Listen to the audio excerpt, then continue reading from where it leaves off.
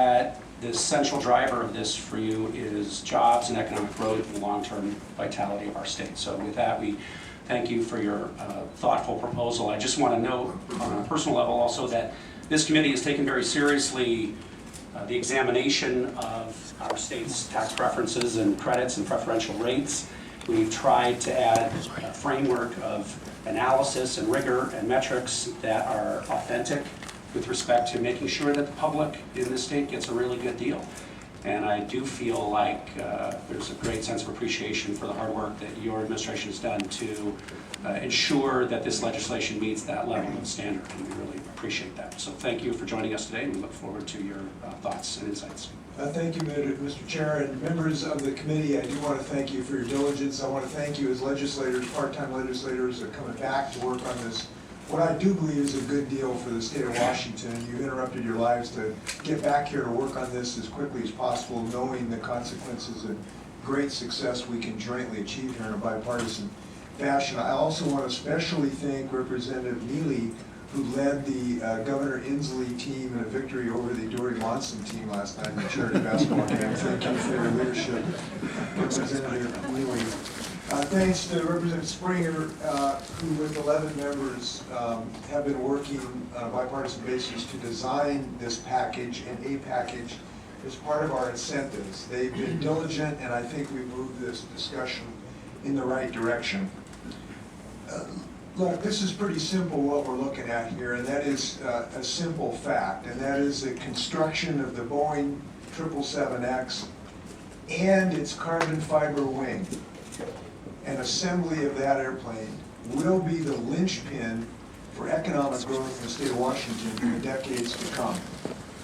And we have an opportunity in the few days ahead of us to make sure that advanced manufacturing of the carbon fiber wing, the first time we have reversed the outflow of work of this nature from the state of Washington to bring it back to the state of Washington, we can achieve that in the next few days. And I can't overstate the significance of this event. Bringing this wing back to the state of Washington sets the foundation for an advanced carbon fiber industrial ecosystem in the state of Washington. When we lost the wing for the Boeing 787, some thought Washington would lose its lead in composites and advanced manufacturing. The 787 wing went to Japan. The second line went to South Carolina. And we've seen too many headlines about aerospace jobs, our aerospace jobs, for the best aerospace workers in the world, going elsewhere, to South Carolina, to California, to Philadelphia, and even to Russia. Today, we're going to reverse that trend. With the 777X and its carbon fiber wing built here in the state of Washington, we will reverse the outflow of advanced manufacturing jobs from the state of Washington and establish ourselves in the forefront of this dynamic industry and create thousands of Washington jobs. I received a letter from the Boeing company this morning that restated the importance of the special session and the issues before us. The package that I have proposed and the company confirmed today is important for its decision includes these key points. First, funding for expanded workforce development. Second, funding for expansion of a successful program for making permitting more efficient for major aerospace and manufacturing projects around the state. Third, a restatement of the principles and path we're following already on development of water quality standards. Now, that particular item does not require any legislative action.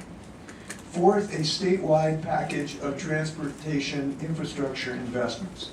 And I can report that there is good reason to be encouraged that the caucuses are looking for a path forward in this regard, and it should drive us toward an agreement as soon as possible. And fifth, a package of tax incentives that I'm here to talk about today.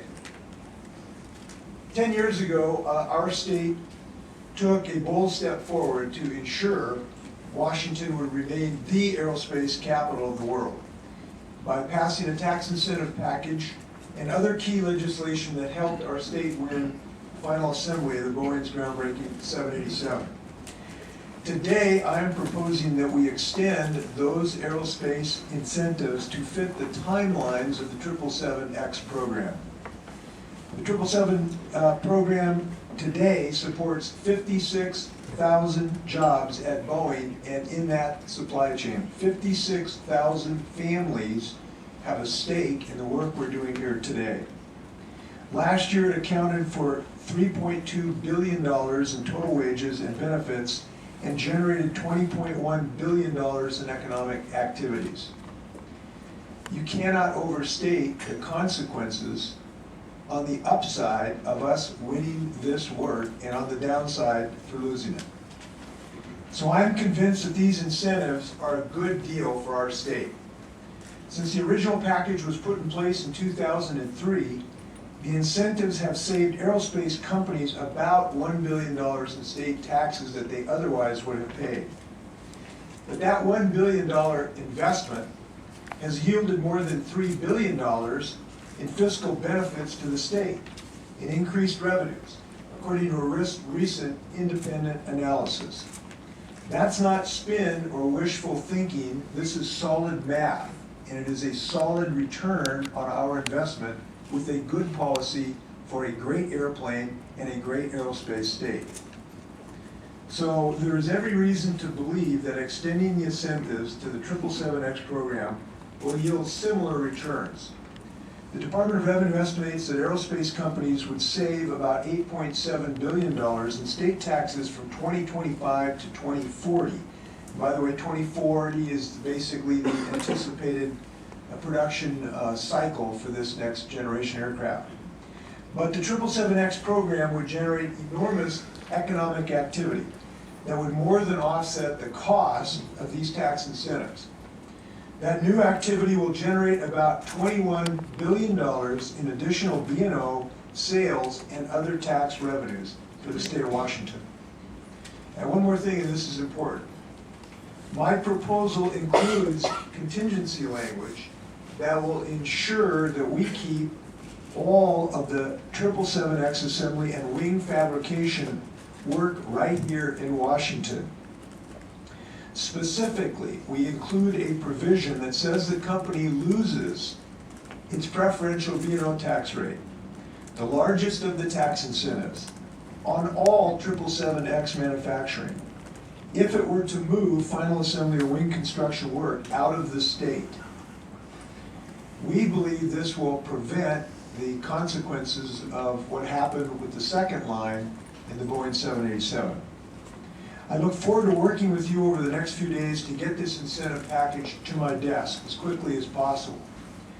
The bottom line is that this is what the machinists and the Boeing company need to compete in the global marketplace and to build this airplane in our state. And this would give all of us, and I mean all of us in the state of Washington, what we need to secure our economic future. So I'm very appreciative of you putting your shoulder to this wheel and giving this a very thorough evaluation. And I look forward to your questions. Governor, thank you so much. And before we let you go, let me just ask Representative Springer, who had the great honor of serving on the working group with you and with so many others. He has an